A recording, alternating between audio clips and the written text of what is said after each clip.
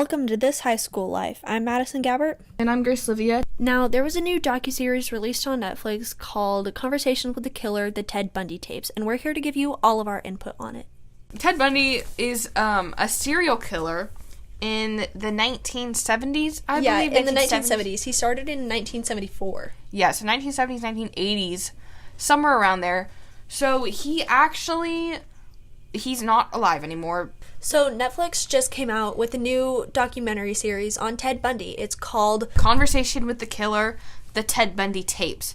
And the journalists were Stephen G. McCod and Hugh Ainsworth. And it was directed by Joe Berlinger. It came out January 24th of this year, 2019. So basically, these journalists in the 1980s created this documentary, and they went to talk to Ted Bundy when he was on death row. They filmed it, with the tape recorder, so not an actual camera. But later on, Netflix, or the director, Joe, ended up creating this documentary about it, and it's a 4-part series, and I think each episode is 45 minutes to an hour long.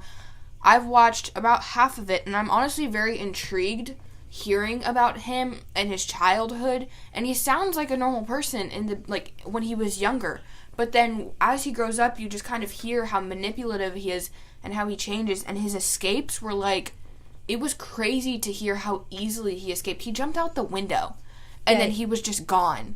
Yeah, if he was accused of killing all these people, you would think that they would put some type of protection. They wouldn't just put him in a room on his own to allow him to jump out a window. Exactly. They said the sheriff went in there, and then it was in the courtroom, so he was, preparing to go to court. So it was in, the building of it. The sheriff went in there, and then he left, and when the sheriff came back, Ted Bundy was gone, and they said he jumped out the window, and he ran into the mountains. And I was like, how?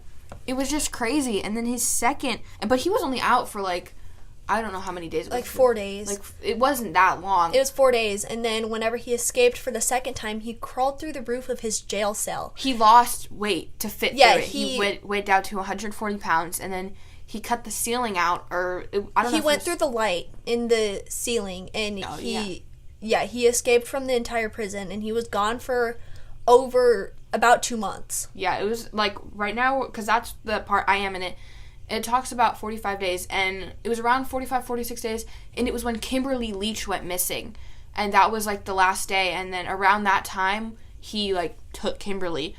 The police ended up arresting him because they saw him driving, and they thought he was, a reckless driver. They didn't realize, though, because he was in a different state than where he previously was in, right? Yeah, so a lot of these women were going missing. A lot of the women he, kidnapped and killed, they were going missing in all these different states, but none of the states were working together, so they didn't connect any of the murders together. They didn't, put the pieces together. So, he was driving a brown Volkswagen Bug, and they arrested him as, reckless driving. He gave them a false name, because back then it was easy to, get away with a misidentification, because they didn't have pictures on their IDs, as now you have, your name, date of birth, everything, but they had that, but we have, our picture to identify us. They didn't have that, so he gave a false name, and so because he gave a false name, they weren't able to connect that he was previously in jail and is, wanted. So when Kimberly went missing, all this stuff was going on, and that's where I am right now, so I don't really know what else has happened after that, but it's honestly very interesting. I'm intrigued, and just how they got him to talk in third person was one of the creepiest things to, listen to him. He didn't want to talk as himself because he wanted to make himself sound innocent.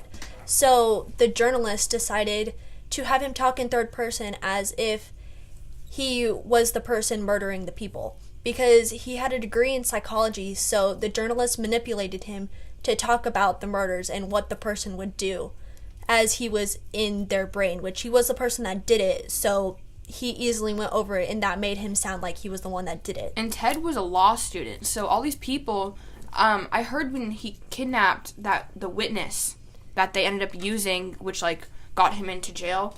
So he kidnapped this girl, and she ended up escaping. So when Ted got arrested later on, and he matched the description of when this girl got kidnapped.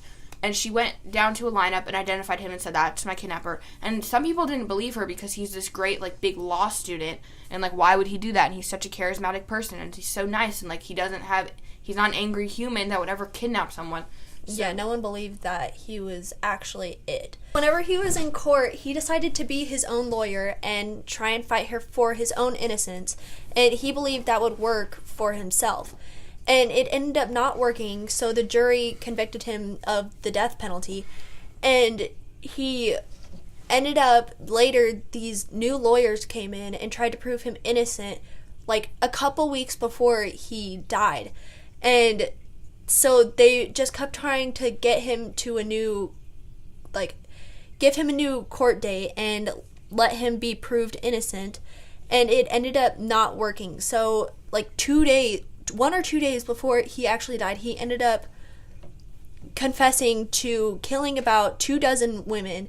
And he still actually ended up killing, like, 30 plus. Yeah, 30 plus women, kidnapping and killing them. But he admitted to killing all these women and saying where they were and admitting he was guilty. So he had just kind of given up. I actually heard that he was trying to, like, bargain with the judge and stuff to keep him, like, he said, if you keep me alive, like, I'll tell you who else I killed. And some people wanted to keep, he was 42, so he was, like, mid-age, like, I would say. So some people wanted to keep him alive to know, like who else he killed and, like, where he buried them, because some of these women are still, like, not discovered. Like, they don't know where they went. Yeah. Some of the women, they don't even know. They know that he killed women. They know how many he killed. They don't even know who all the women are. Exactly. There's, like, I counted. They had up on the screen on one of the scenes, and it was 30-something women, like 31 women, and 11 of them were just women and from what state they were. They didn't have a name, didn't have a picture, they didn't have anything. Yeah, so they had no weren't idea even who they identified, were. and it was like... It was crazy how many people he actually killed. And got away with. And it's...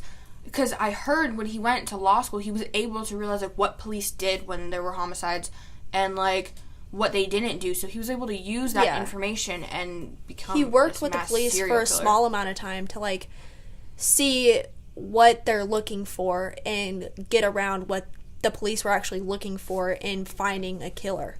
So they did, like, he did the opposite of what they were looking for. He was a narcissist as well. He was a narcissist. Yeah, he was confident in himself, and that's why he basically was he was his own lawyer. That's why he was his own lawyer, because he was a narcissist and he was very confident in himself. So, I'm going to finish the Ted Bundy tapes soon. I think everyone else should watch it. It was a really interesting documentary, but that's about all we have for the news today. Thanks for tuning in. Again, I'm Grace Livia. And I'm Madison Gower, and this has been This High School Life.